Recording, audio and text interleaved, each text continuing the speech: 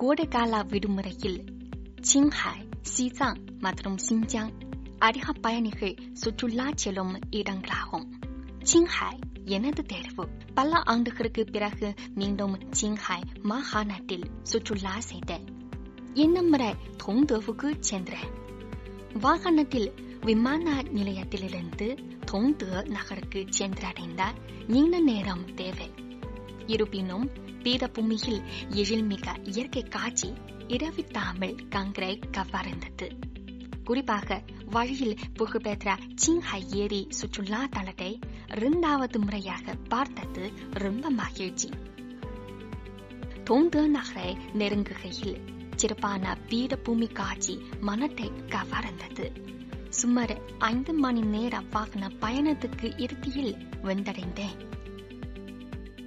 3 kilometre உயரத்தில் இருக்கேன். வணக்கம் தொங்தே. இனி என்னோட சேர்ந்து பார்க்க வாங்க.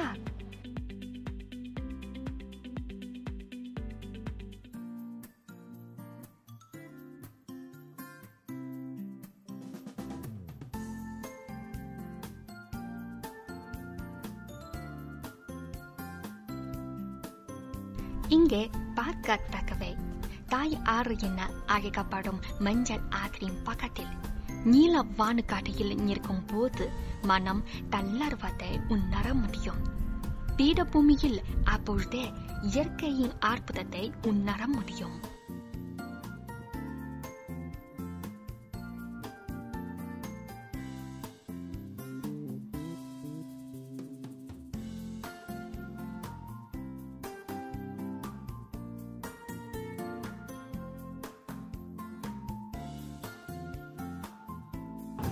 வாவ், பாருங்க, அங்கே ஒரு கட்டிடம் இருக்கு.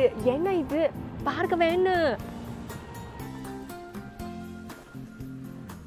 காபி குறித்த பிறகு எனது வாகன பயணம் தொடர்கிறது.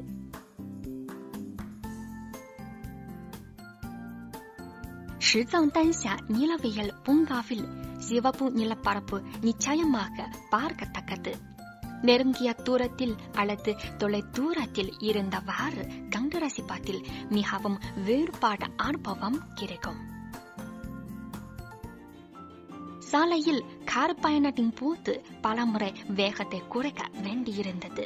சாலையில் சுற்றி திரியும் மாடுகள் மற்றும் ஆடுகளை அடிக்கடி பார்க்க நேர்ந்தது. தொங்தேவில் யாக மாடுகள் மற்றும் ஆடுகள் வளர்ப்பு அது முக்கிய தொழில் ஆகும். சிறந்த வகை யாக மாடுகள் மிகவும் புகழ் பெற்றது.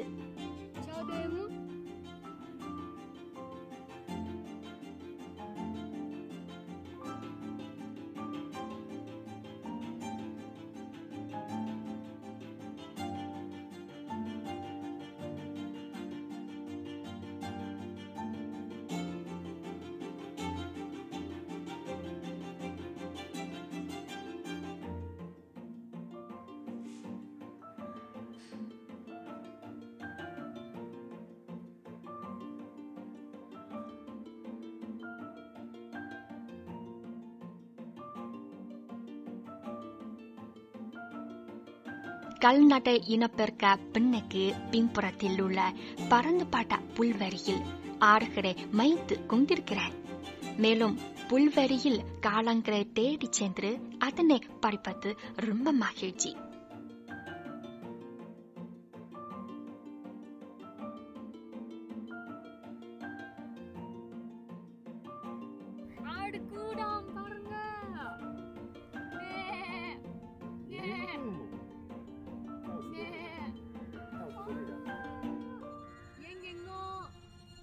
பாருங்க, மாடு.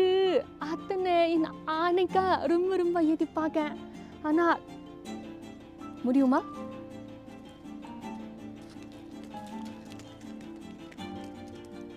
நானும் இன்னொரு ஒரு வாய்ப்பு.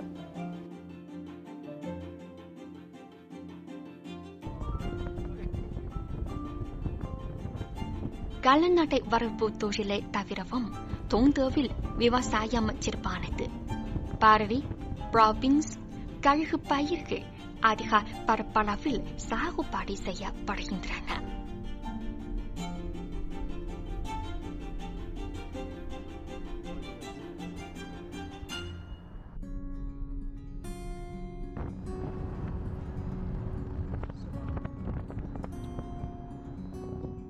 உள்ளூரில் சுற்றுலா தொழிலை வளர்க்கும் முயற்சியுடன் பாரம்பரிய தனிச்சிறப்புடன் கூடிய அல்லது நவீன வசதியுடன் கூடிய தங்கும் விடுதி வசதிகள் கட்டியமைக்கப்பட்டுள்ளன. எழில்மிக்க இயற்கை சூழலில் சுற்றுச்சூழல் பாதுகாப்புக்கு உகந்த தங்கும் விடுதி அமைத்திருப்பது பாராட்டத்தக்கது. உள்ளூர் பாரம்பரிய கலாச்சாரத்தை அனுபவிக்க விரும்பும் பயணிகளுக்கு எந்த கூட்டாரம் இருக்கும். இரவில் நட்சத்திரங்களை காண விரும்பும் பயணிகளுக்கு எந்த விருத்தி பிடிக்கும்.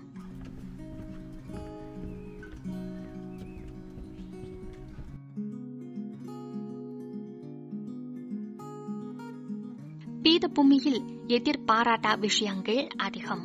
அவற்றில் மாறி மாறி வரும் வானிலை ஒன்று.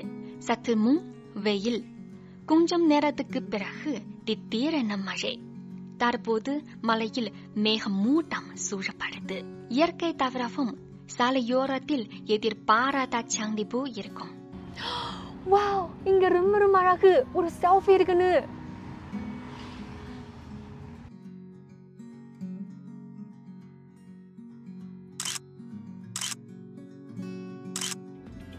உள்ளூர் பழக்க வழக்கத்தை பின்பற்றினால் அதிர்ஷ்டம் கிடைக்கும் என்றும் விரும்பினேன். இங்குள்ள இயற்கை மேலும் அழகாக மாறவும் மக்கள் மகிழ்ச்சியான வாழ்க்கையை வாழவும் வாழ்கிறேன்.